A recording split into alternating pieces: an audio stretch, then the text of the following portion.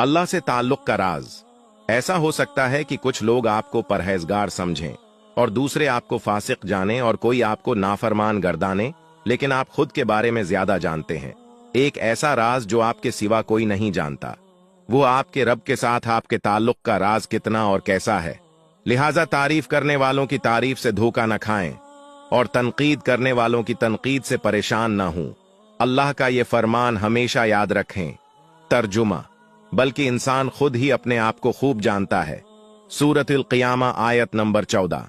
नेकी इखलास के साथ करो, न कि छुटकारा पाने के लिए और नफल की पाबंदी तकर्रुब इलाही के लिए करो, न कि इज्जत करवाने के लिए, क्योंकि इताअत की जरूरत आपको है, न कि आपके रब को। वो तो इससे बेनियाज है। लोगों की चाहत की फिक्र न करें, क्योंकि उनके दिल बदलते रहते हैं। जो आज आपसे मोहब्बत के दावेदार हैं, कल आपसे नफरत कर सकते हैं।